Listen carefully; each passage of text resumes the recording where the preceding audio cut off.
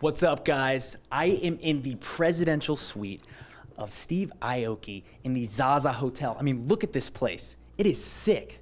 Now, if you don't know who DJ Steve Aoki is, he is one of the biggest DJs in the world, and it's not just me saying that. Forbes magazine rates him as the #5 highest paid DJ, making $12 million a year. And on top of that, he is rated in the top 10 greatest DJs in the world right now. He has worked with everybody from Eminem to Lil Wayne to Drake to Kanye West, and we're in his hotel room right now, and he just got in from Panama, and he's not in here.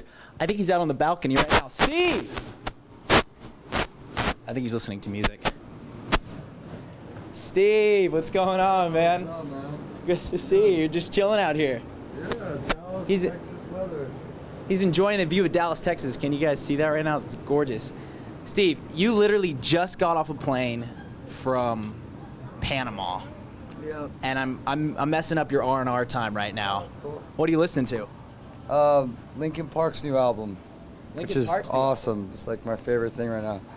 Now, Steve, you just toured across South America. You're in Panama. I see you're tweeting about it all the time. Yeah. What was that like?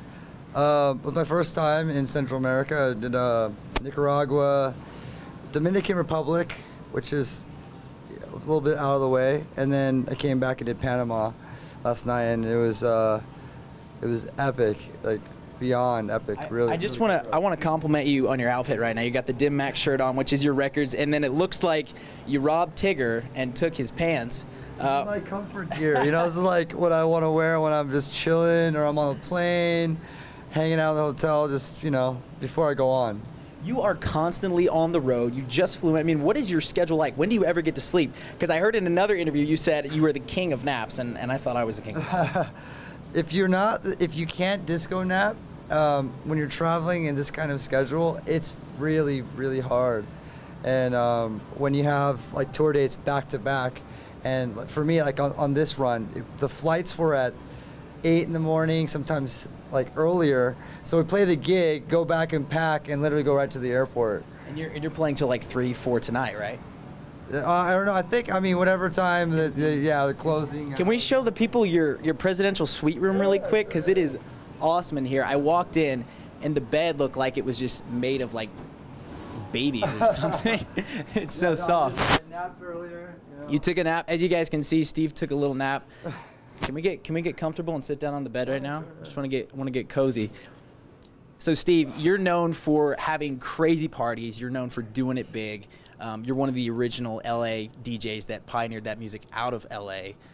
So what inspired the rafting, the rafts that you throw on the crowd? What inspired that? The rafting,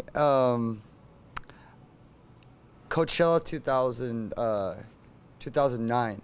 Coachella 2009, I had 7 people on stage doing these dances with crazy like neon outfits, and then I brought out 4 rafts, and then literally put everyone in the rafts that was on stage. That was my friends all dressed up, and then got fans and jumped in the rafts. And so it's a tradition ever since? It was kind of like, okay, I need to do a production. Yeah. I spent $7,000 on that show, and part of the production was like, okay, we got like super soakers, we're gonna do rafts, we're gonna do some like more fun environment kind of stuff. It's daytime show.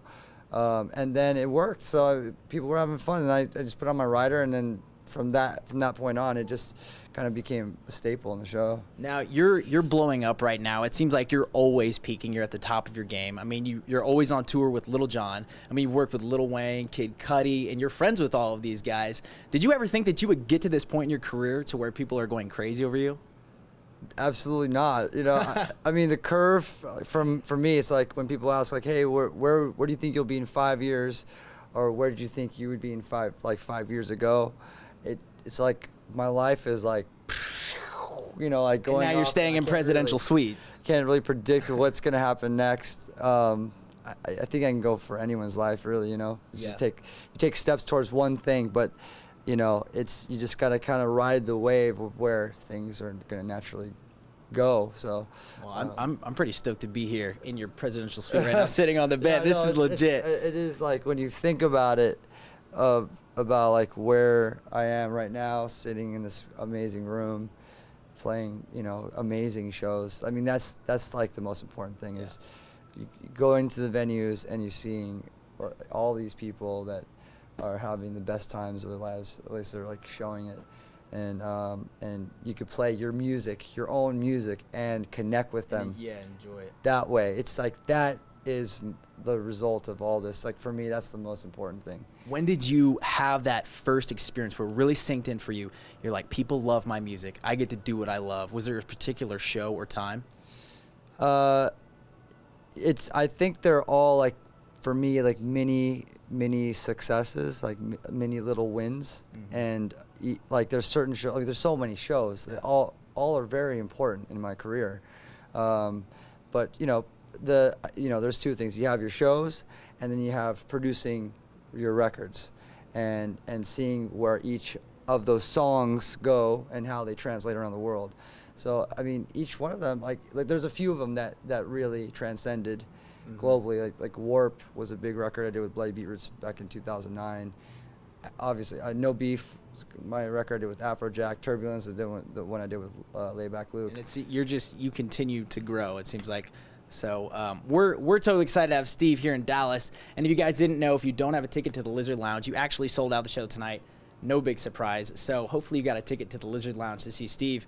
But we're going to leave him alone for now because he needs to take a nap. Is that right, Steve?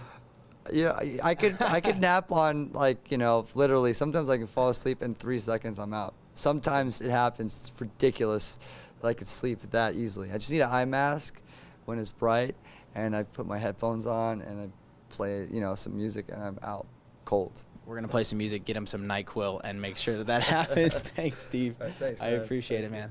Let's go check out this view. Can we go check out this view right now?